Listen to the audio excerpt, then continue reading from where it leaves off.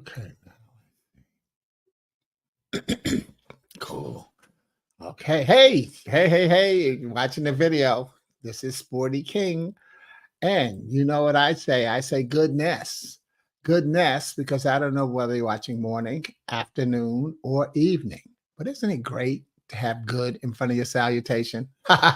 Welcome to Glue Wednesday. Yeah, we've got less than 3 minutes to go before our message gets started. So you still got time to refresh. Go get yourself a glass of water, get your drink, get your chill out, close something out. Yeah, that's what. Hey, maybe this is something that got you off of a phone call and somebody you didn't want to be talking to. You ever remember those days when you tell someone, look, call me at such and such a time so I can say I need to go. Yeah, because you had company coming over or you're going to be talking to somebody. So that's, man, hey, people, new school, y'all better do that. If y'all haven't, old school will do it to you in a heartbeat. But I think y'all know that one as well. So because you probably learned it from somebody old school where you just tell you, call me at such and such a time or text me.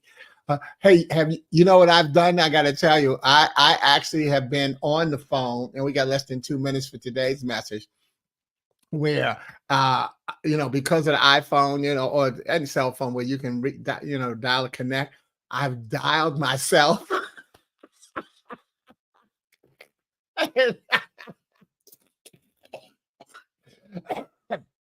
So that the person could hear there was a call coming in. Oh, hey, look, let me know where you're viewing it from. We got less than a minute and a half for today's message. But yeah, I just had that flashback. Hey, and isn't that good? You got to have flashbacks, y'all, that make you laugh. See, we talk about it, but sometimes we just don't do it. You got to have flashbacks to make you laugh. And as it turns out, I'm doing a flashback broadcast today, semi-flashback, because I've reworded it and kind of updated it. But let me know where you're viewing it from so I can click on and give you a shout out. That's why I try to come on early before I start the broadcast. We've got less than a minute for today's message. So get ready for that. And then remember, even if you're on watching the video, you can still participate, put stuff in the thread so I can come back and get a chance to check it out, maybe share it with somebody. You never know who you're going to bless, but you have to always know that you are a blessing. As my good friend, a couple of pastor friends of mine say, that's a sermon right there. What's going on, Roger Carroll, my sister here in the Queen City?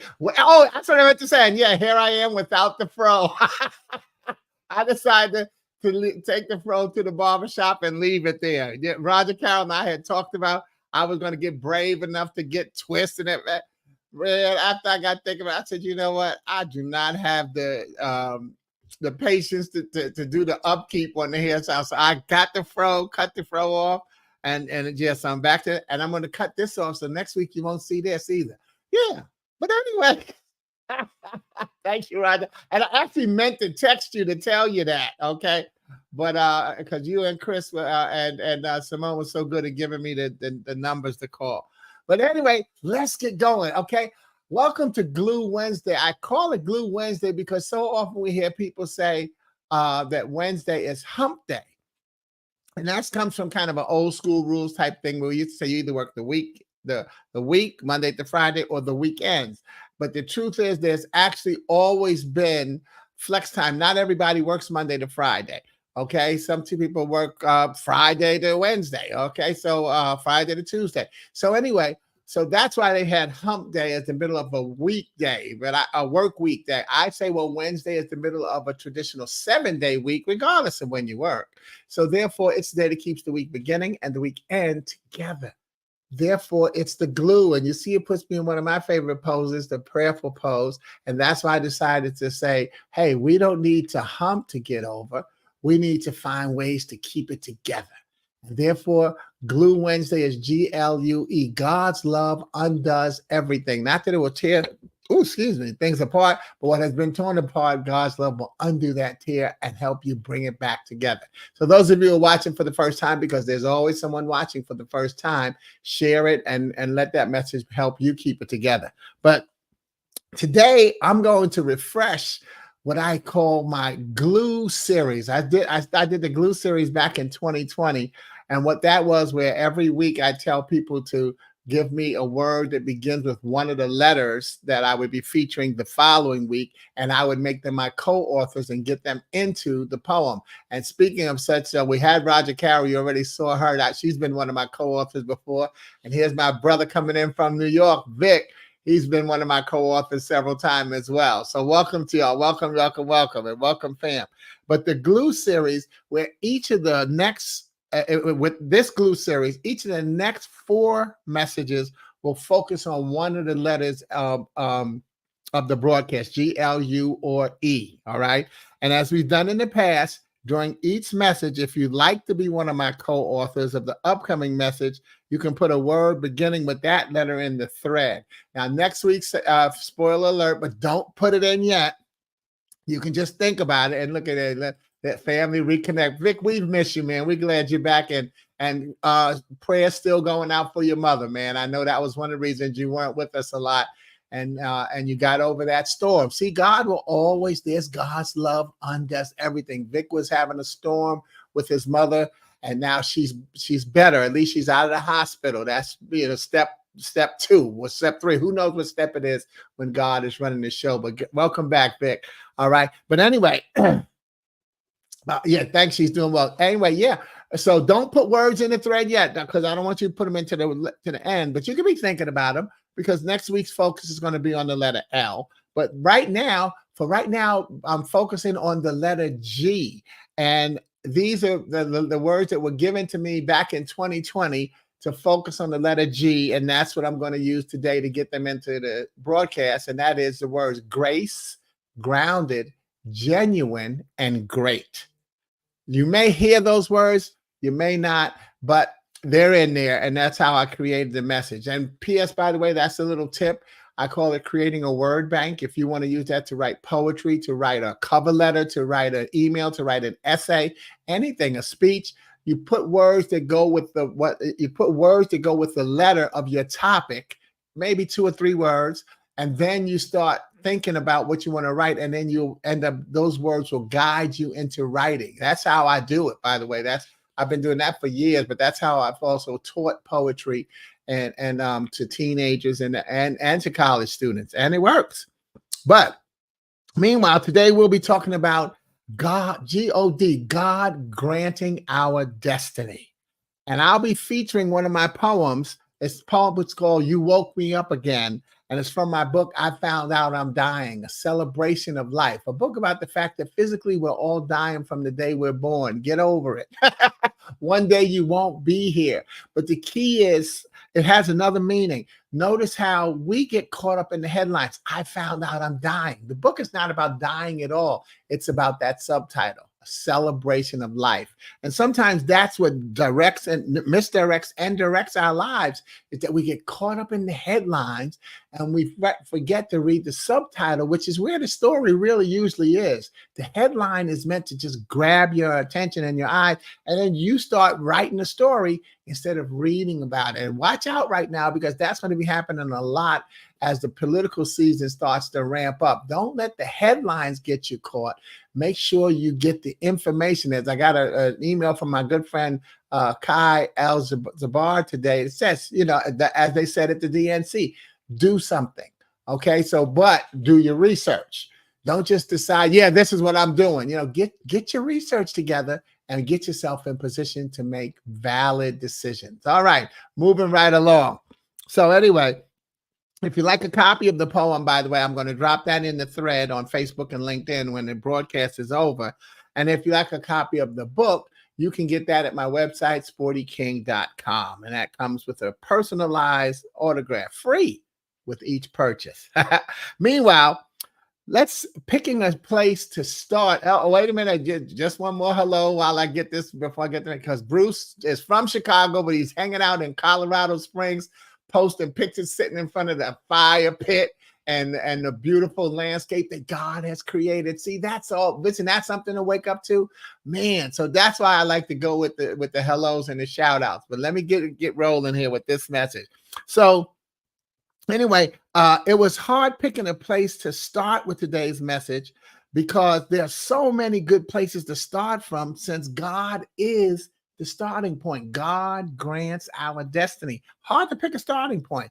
And one thing I love to say is that, hey, I'm no good at making a choice, actually, when I have a wide variety of choices. Even when I'm at a restaurant, I keep looking at the restaurant, I mean, at the menu until the moment I hear the server say, "Can I take your order?" Then I will have broken it down to maybe between two or three. And when they say it, whichever one I'm usually on, that's the one I order. That's just the way I do it. I can go into a restaurant knowing what I want, but I'm still going to look at that menu and keep going back and forth. So I always like to say I'm no good with when I have too good of a choice. All right. So I decided to go with starting from reading his word, because my meditation this morning had a word about making the choice to be who God has sent you to be. Make the choice to be who God has sent you to be and how he has granted your destiny. So I found that in 1 Corinthians 9:24. Do you not know that in a race, all the runners run, but only one gets the prize? Run in such a way as to get the prize. See, you have to realize you cannot play your game from the stand. You have to get on the field. You have to run the race. As Shirley Caesar's song, I Have a Testimony, right? I got a testimony. It's talking in retrospect. She says, as I look back over my life and I think things over, I can truly say that I've been blessed. I have a testimony as I look back over my life. So you have to play your game on the field. You can't play it from the stands. And when I began my entrepreneurial journey, what I did, I saw victory in a lot of the things that I was losing. Starting out as an entrepreneur, I had quite a few losses. I went through car repossession. I went through the bankruptcy and the foreclosure. I went through a lot of that stuff. So let me talk about some of that. But the thing is, I saw victory in a lot of the things that I was losing as I look back over my life. See, when they came to repossess their car, I went back and sat on my couch, pointed to my stereo, pointed to my curtains, pointed to my TV, and several material things that still kept me going. See, that's the way I look at it. They weren't, it's called repossessing. Okay, so that means that I never really possessed the car. I was paying for it. I was borrowing it. They owned the car, possession. They owned it. So they came to repossess their car. And that's what I said to myself. They came to get their car. So, hey, what's going on, Ronnie, coming in from Columbia, South Carolina? So that's the key. They came to get their car. And so I did. I sat down on my couch and I pointed. I physically did this, y'all. I said, that's my stereo. Those are my curtains. This is my TV. And I just said I pointed to several things that made me realize that these were material things that kept me going. And then as I went through the foreclosure and the bankruptcy, I stepped outside of myself. And I thought, wow, look at God using me and adding to my story. Well, Ron said, we don't own anything, right? And so all the things that, let me say, and look, I'm not making it up for the broadcast. This is what I actually did. As those things started to happen to me, I got excited. That's why, and I stopped to say, because Ronnie calls me pastor, and but that's the joke, is that I started looking at what was going on in my life, because I'm like, wow, look at God using me. Can you do that? Can you step outside during the storm and say, look at that storm? And then figure out how am I, because you got to get back in the storm. Remember, you can't play the game from the stands. You got to get on the field. So you cannot get outside of your storms. They're not going to go away. You got to get back in that storm. What are you going to do when you get back in that storm? That's what you step out for, is to get the lesson. And no, I can't always do it, but I do it more than I don't do it. And, again, I was doing it when I first started my entrepreneurial career. So I stepped out and I looked and I said, look at God using and adding to my story, because these were things that I lost while playing the game, not watching. I was playing the game, not watching, because we don't own anything. So you have to play the game, not just watch it. Okay. They were from my life and career in corporate America. Everything that was in my house, it was from my life and career in corporate America. One thing that people say, "Oh, you live in Charlotte? How you like it?" I say, "You know what? I like wherever I live, but the main thing I like about Charlotte is that I chose Charlotte." I worked at the Wall Street Journal for 18 years. And in that 18 years, they transferred me from New York to Washington and from Washington to Chicago. Washington and Chicago they were never places that it was never even my goal to like them. To live there, but I just liked them. But they were not my choices. Those were career moves. I like doing what I choose to do. I like to do what I believe God is asking me to do. So God sent me to Washington. He sent me to Chicago, but as a career choice. What was I supposed to do when they say, "Hey, would you like this promotion and more money and more responsibility?" And I'm supposed to say, "Nah, I don't want to go." Some people do. Some people don't want to leave their hometown. Sometimes that's the best thing for you. But those were career choices. I chose to move to Charlotte. That was when my real connection came with God. I don't have to like Charlotte. I have to like my choice. And so I do like Charlotte, but let me give you this analogy. How many of you are in a relationship? I'm not going to even go all the way to marriage, but that's the top of it. How many in a relationship that you don't want to be in? You chose this person. Figure out how to make it work out or get out. But give it some time. This was a choice of yours. Sure, you're going to have problems, ups and downs. That's part of the deal. But come on, you find a way to recommit. Just like I'm reusing parts of this broadcast. What can you do that you look back over your life? Why did you choose that person? You had another choice and you chose them. Come on and make it work, okay? Let me take a couple of comments before I move on. Ronnie, we just go through the storm. God brings us out. Yeah, that's what I say. Get back in. God's going to bring you out, but you don't know how he's going to bring you out. So when you step out on your own, that's not permanent. That's not permanent, all right? And Daphne, look at all the families back. What's going on, Daphne? Welcome back. Yeah, all right. And then there goes Ronnie saying, "Hey to Vic." Okay, let me continue with the message, okay? So all the things that I pointed to get through my bankruptcy and my challenges were things from my life and career in corporate America. It was now time to ground myself in my next life. And I still haven't written my book, which is going to be called, oops, I forgot to have that. These were things, this is what I said to myself. These are things that I lost while playing the game. I wasn't just watching it. That's the key. You have to play the game. I think I lost my spot. That's what I had to go back to. Okay, so it's victory. Look at God using me. Boom, there I am. Okay. All right. So my book of my life is going to be called From Messenger to Manager to Messenger. Because I started the Wall Street Journal as a messenger in 1975. In 1988, that was when I got promoted to being a manager. And I retired in 1993 and in 1994. And then I became a messenger again with my speaking business. So that's why my autobiography will be called From Messenger to Manager to Messenger. I've started several times, but I need to get back to continuing it. But I still haven't written it, but I'm living it. See, I'm living that. So if I never write the book, I'm living it. I'd like to write it, but I'm not, people say, "Oh, well, you procrastinate, you're taking too long." Don't always listen to that. Remember, we're on God's pace. Just like Ronnie said, we go through the storm and God brings us out. Sometimes I know a lot of people say, "Well, there's a book inside you. You're supposed to write it." Maybe not. The key is you're supposed to live it. That is true. In my opinion, that is the true key, is that you have to live the book that's inside you. All right. I'm not telling you not to write it, but you definitely have to live it. So let me move on. And I'm living it through what? I'm living it through God's grace.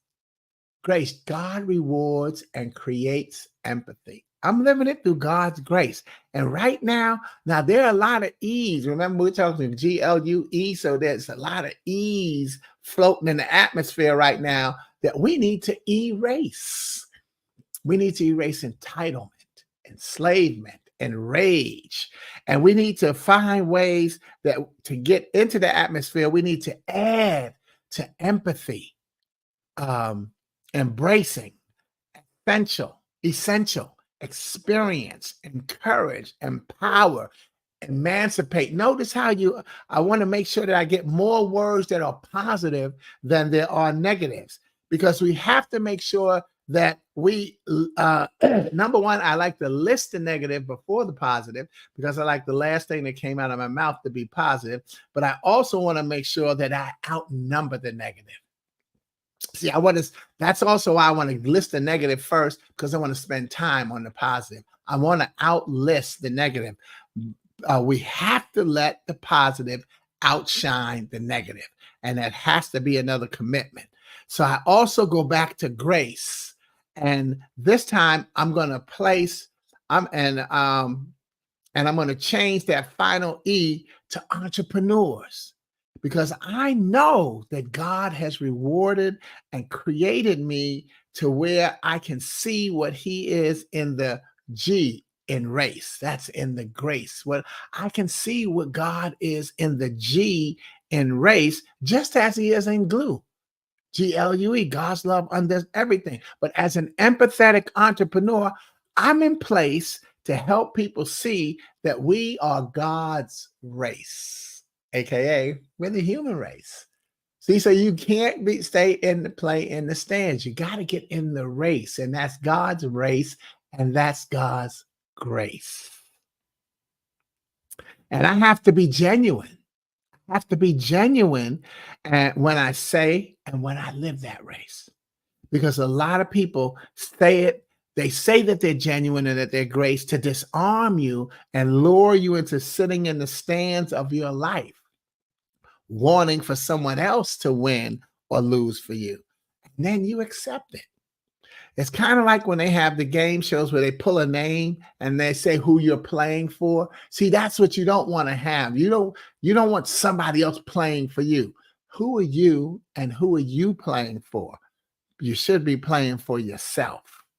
Choose your messages carefully and know that not only are you being carefully chosen as a messenger, but you are chosen. What God has for you, no one else can take away or stop you from gaining. So you have to forgive yourself through the adjustments of your pace, because you're going to make mistakes.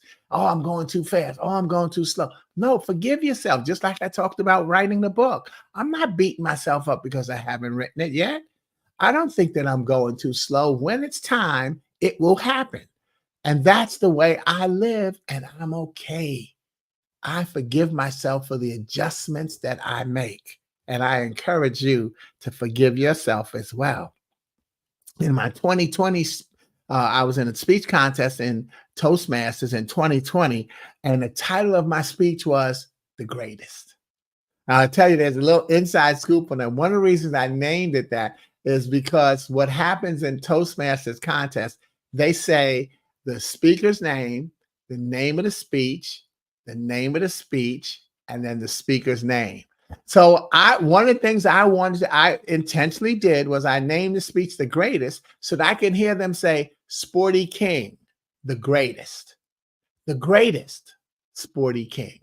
And so that is what put me in the right frame of mind to get out and give my speech, to get on the field and play, rather than sit in the stands and let somebody else win or lose for me. See, it's the mind games we have to play with ourselves that can make all the difference in the world. But I didn't write it as a speech. I actually shared it as something that I believe, and that is that greatness is about being who you are. You will always and only be successful when you choose to be yourself.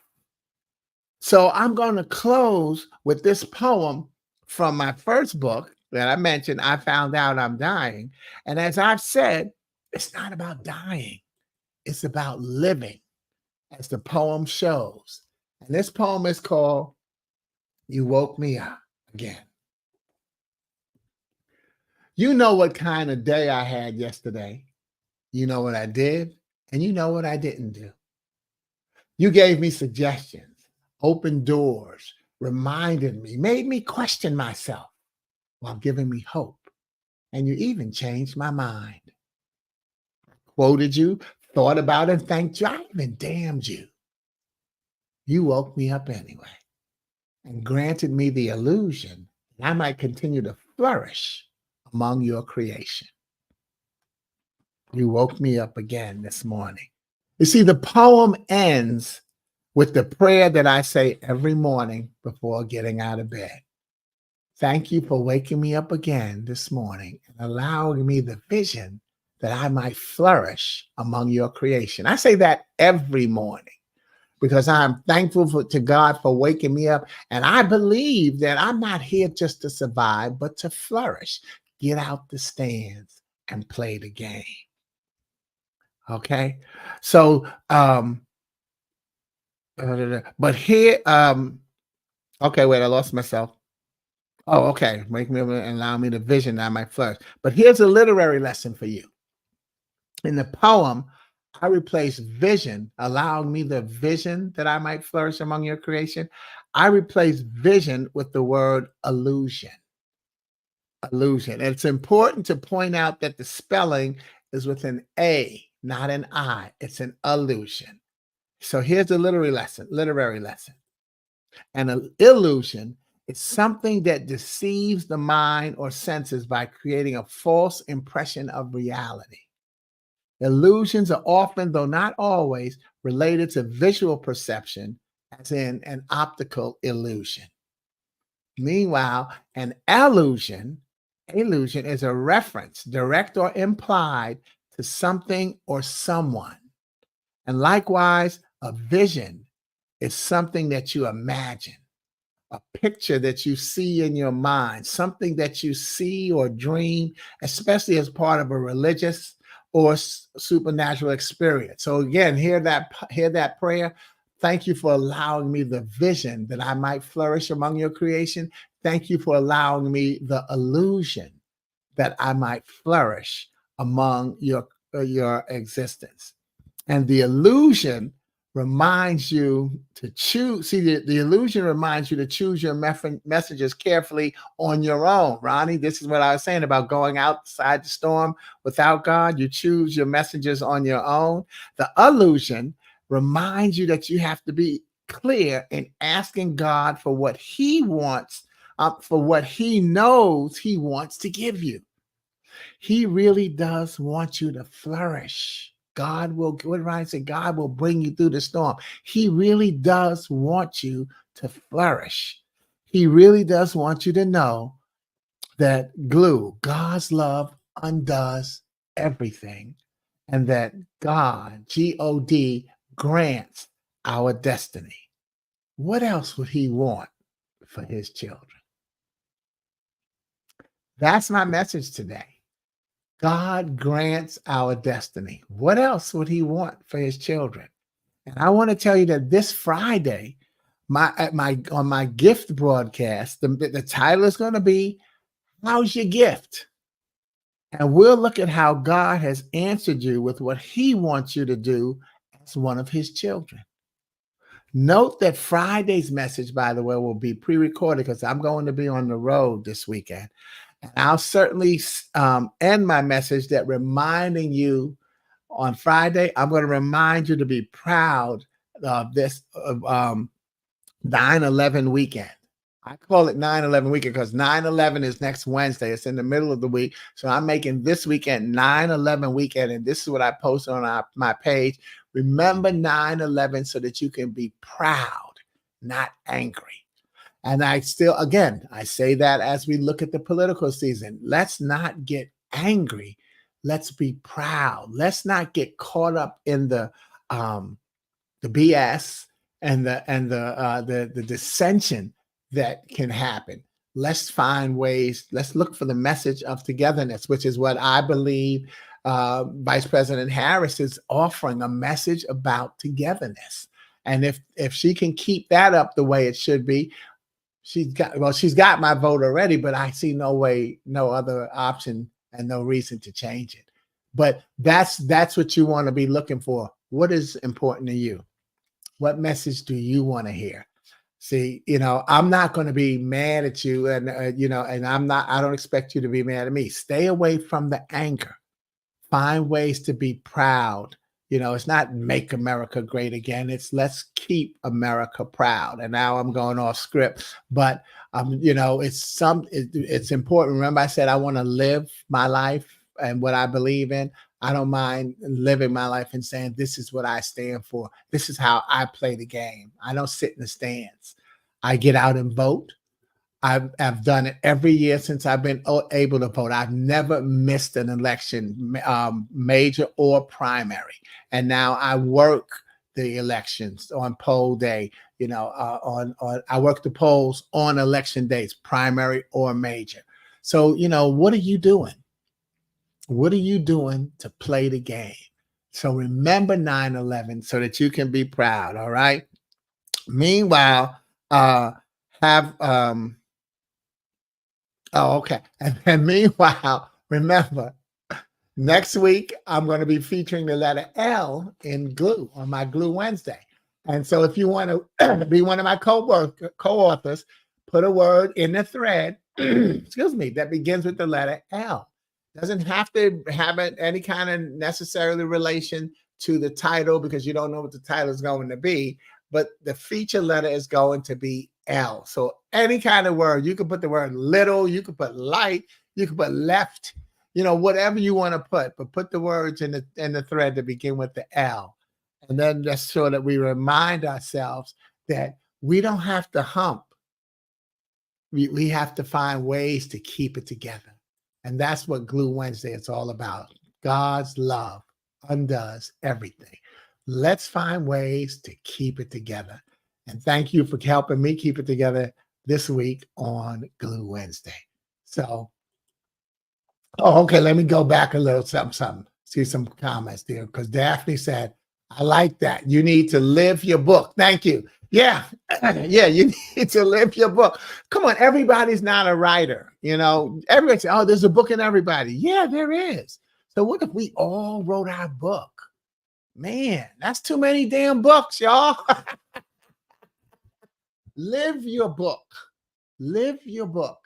And then that's just like writing it. Okay. Right on, brother. Right on, sister. Amen. And thank you also, Bruce, for the emoji. Vic's got a word, L, for next week. Listen, by the way, listening's the #1 communication skill. 2 ears, 1 mouth, so you can hear twice as much as you deliver with quality. All right. And then who is the ugly in the group you mentored? Ugly, UGLY, unique, gifted, lovable you was my initial speech that I started my speaking business with. And the ugly was there's an organization, heyugly.org, and it's for teens and tweens to help them deal with self-esteem. So if that's what you're talking about, Daphne, I'll put that site in there in the thread when I'm finished, but it's heyugly.org. And I didn't mentor a specific class. That was my speaking business and going out into schools and speaking, and it's still happening. So go to check out the site and learn all the things you can about Hey Ugly. Take care, everybody. Excellent message. Thank you, Vic. Appreciate that. All right. Languish. Okay. Thank you. There's an L letter. Yes. The L word. Again, anybody, even if you're on the video watching the tape, if you have a word, languish means to hang in there. Am I getting that right? Now, I'm not going to act like I got every vocabulary word, but I'm not going to be ashamed when I don't. That's what stops us from, Daphne, that's what stops some people from writing their book, or more importantly, from living it. Being afraid to be wrong or to admit they don't know something. Hey, I think I know what language means. I'll know by the time I need to use it, but that's what it's all about. I'm never ashamed to say I don't know anything. And a lot of times I talk to people, if you're going to be a leader, you need to be willing to say, hey, I don't know the answer. That's why you have followers. That's why you have troops. That's why you have teams, classes, children, so that you can have somebody that's got your back and say, hey, you don't know that? Well, I got you. That's why you got me on the team. So thank you, Roger Carroll. And yes, I think that's what you were talking about for ugly. And then lean. Yeah, you have to lean. Oh, there's a lot of pastors talk about how you have to lean in. And so even think about when we're talking about not playing from the stands, get on the field or get on the court. You have to lean in. What's your message? Are you leaning into what you believe? And if you're leaning, are you in danger of falling off, or are you actually leaning because you're strengthening to make sure something is held up? See, words don't have to have one meaning. You make the positive the final word and make it stronger. Thank you, thank you. So we got some good L words. Again, if you're watching the broadcast, go on and drop a word in there. But thanks so much. God bless you. And yep, no afro. So and next week. No beard. Ooh, or maybe I'll have a little shorter. Hmm. You might know by Thursday, by Friday. Who knows? Hey, have a good one. Peace to all of you and stay safe. Over and out. Ciao. Well, I want to do this. Oh, okay. It doesn't take the whole thing. Oh, I like that. Cool.